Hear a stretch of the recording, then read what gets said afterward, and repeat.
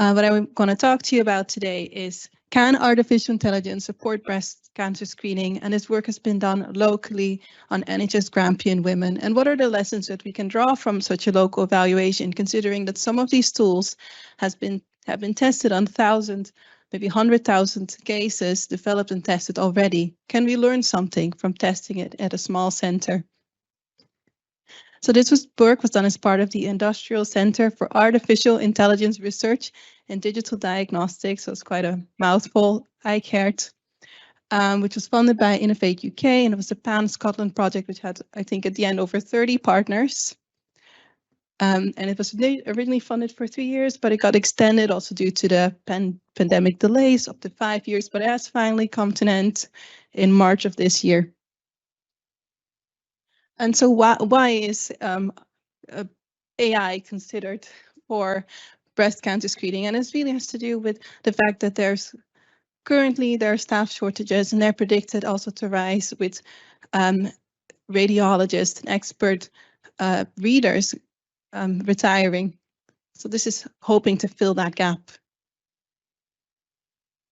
So the first thing we did as part of this project is we asked the women, what is their views on artificial intelligence for breast cancer screening? So we asked for, I think, a period of a month or two, all the women who came through the door, and asked them to please fill out this survey, and about 50% responded. And the results, so the questions they were asked: currently breast cancer screening, you have 2 readers. Expert readers, they review the mammograms, and if they disagree with each other, then there's a 3rd reader who arbitrates and makes the final clinical decision. So if you think about implementing artificial intelligence into this workflow, there are multiple different scenarios. So we asked them, for these 4 scenarios, let's say AI replaces one of the initial 2 expert human readers. What about the AI replaces all the human readers? What about it serves like a triage function? So only the ones that are difficult are sent to the human to review. Or it is used as a decision aid that all the human readers have access to. And here are the results. And the words are a bit small, but overall what we were seeing is that women were positive towards the introduction of artificial intelligence, provided that it was used in combination with a human reader. AI is a complete replacement, you can see. Although we might have expected that the women would be more negative overall, they were overall more mixed on that. So that was in a way positive, that the women overall seemed to approve of AI introduction. So the next thing we did is we asked the breast screening readers what their views were on how they would like to see AI implemented in the screening service. And they had a clear preference. Overall, they were positive as well. And they had a clear preference for it being one of the 2 human readers being replaced. And they were also given a free text option. And I would say what we gathered from that is, yes, they were positive, but they also wanted to see the evidence. They want to see more evidence. Provided it works, I'm happy for it to be implemented. So does it actually work? So there's been already some work done around this. And recently, I think in 2021 and also 2022, there was a review commissioned by the National Screening Committee, who was very critical, saying the quality and the quantity of the evidence is not enough for it to be implemented in breast cancer in current screening practice. So this work is trying to create more evidence and seeing, well, is it a good idea or not? So what we did is we used the MIA tool that was developed by Karen Medical Technologies on thousands of cases across the UK and Europe. And we performed an external validation, meaning we tested whether it worked on this group of data for which it had not seen any data before. It had not been trained on this data set and hadn't been tested on this data set either. This was a 3-year data set of a little over 58,000 cases, and we had 450 cancers in this data set. And the results, so this is the area under the curve of the ROC curve, but summarizing this, that would be considered a good curve for an AI algorithm. But fundamentally, you need to have a specific threshold. So the AI algorithm gives you a continuous value from 0 to 1. Then you have to fit, there has to be a threshold. Above that threshold, you recall. So the threshold that the AI company had previously tested and evaluated with this ROC curve would result in almost 50, I think around 50% of women being recalled for additional examinations. So routine screening practice in NHS Grampian, you would expect that to be around 5%, 5 to 6%. So clearly this was just using it as out of the box without any additional tuning to the system would not work. So in order to try and fix that, this threshold needed to be recalibrated. And that meant using some of that data we had to recalibrate it. And it's quite a big chunk of data, I believe, as well. I think 150 or 200 cancers, which you think about in the context of a small center, how long does it actually take to diagnose these cancers? Next one, please. And the results, what we found.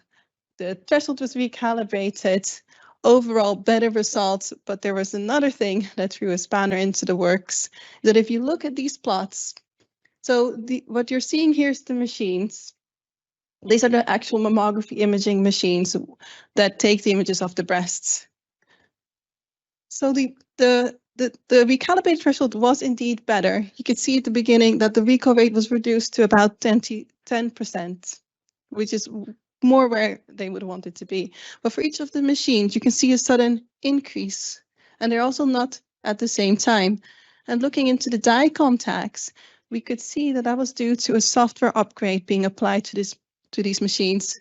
And also these software upgrades were not applied at the same time. This meant that actually, in order for this to work, because if you can see that the recall rate afterwards was about 3 times higher. So if you're going from 10 to 30%, that's not something that's sustainable. That actually the threshold needed to be specific, not only to NHS Grampian, but also to the software machines running on the mammography systems. But once we've done that, we could see that it did perform, it was able to detect cancers and reduce the recall rate down to 13%. So as I said, if you compare it to the first reader's human, MIA, much higher recall rate. Human readers about 5.7%, the MIA reader 13%, but it was also able to detect additional cancers. Oh, yeah, I think, no, I thought a different slide was coming up, that's fine. Next one, please.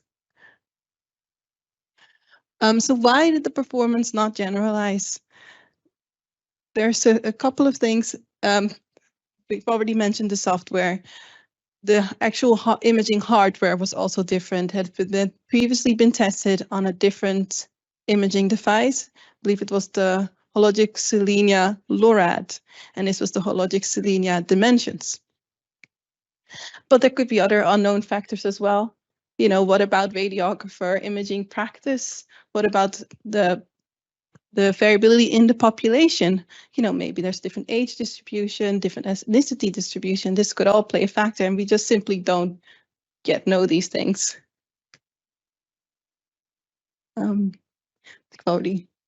Yes, so what was needed in order for this to work? The mammography machine software, hardware needed to be considered, and we needed that subset to find a new threshold. And so as I alluded to before, is that it was able to detect with the optimized thresholds additional cancers. So looking at the interval cancers, which are cancers diagnosed in between screening cycles, when a woman, so nothing was seen on the images, but a woman then goes to their GP, who then refers them on because they have symptoms, for example, that about 33-34% of those cancers the AI would have suggested to recall at that prior screening appointment. And so these are categories Category 3 means those actually should have been picked up at their prior screening images. It was clear there was something there, but unfortunately they were missed. So all of those were caught. Category 2 is, well, maybe in hindsight you could have seen that there was something there. And some of those also the AI suggested to recall. And category 1 was actually, we couldn't see anything there. But even there, the AI suggests to recall. So then it's the question, are these false positives, or can the AI actually see something the human readers could not? And there was actually, due to COVID delays, quite a few of these cases had not been categorized yet. But and then we wanted to look a bit into a different area as well, looking at how would the readers interact with such an AI tool. And there's since actually been a very interesting paper published, but when this work was started, it hadn't been published yet. Well, I'll first explain this work and then I'll tell you about the work that was published. What we saw, because we didn't have the information yet of how a reader would read with the AI opinion available, but we did know how the AI, or how the human readers interacted. So currently in the Scottish breast screening system, and actually across the UK, this is the case, the human second reader can choose to see the first reader opinion. And we were interested in seeing, actually, does the second reader change their opinion based on the first reader? And what we found is that it seems that they do, and that the more inexperienced second reader is more likely to follow the experienced first reader opinion. So this has some implications for if you think of an AI opinion, it being shown the AI opinion, does that then change the human reader opinion? And there's been, since this work had been started and completed, there had been an interesting paper that did in fact show that it was also across the board, even experienced readers were susceptible to being influenced by a wrong AI opinion. So what's next? Well, there's a couple of things that we know that needs to be solved. That is the issue with that you can't, every time a software update is applied, well, stop using your AI if it was deployed and recalibrate, especially for smaller centers. That would just be unsustainable. So how are we going to either standardize or deal with these software upgrades in some sort of sustainable way?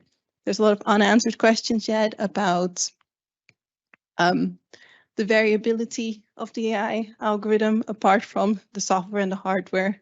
What about the age distribution? What about ethnicity? These are all things we don't yet know about. So there is some future work ongoing currently as part of the Gemini project, where this AI tool is being tested prospectively. And for this trial, software updates have been paused. So what are we going to do after the trial, right? And we're also hoping, if further funding does become available, that we can start looking a little bit at differences in AI performance based on ethnicity, based on other factors such as the composition of the breast, types of tumors, and there will be a host of other things that we could think of as well. And just wanted to thank everybody that contributed to this, and a special shout out to the Dash team. And of course, also a whole new platform was developed called Shape, the Safe Haven Artificial Intelligence platform, which allowed us to use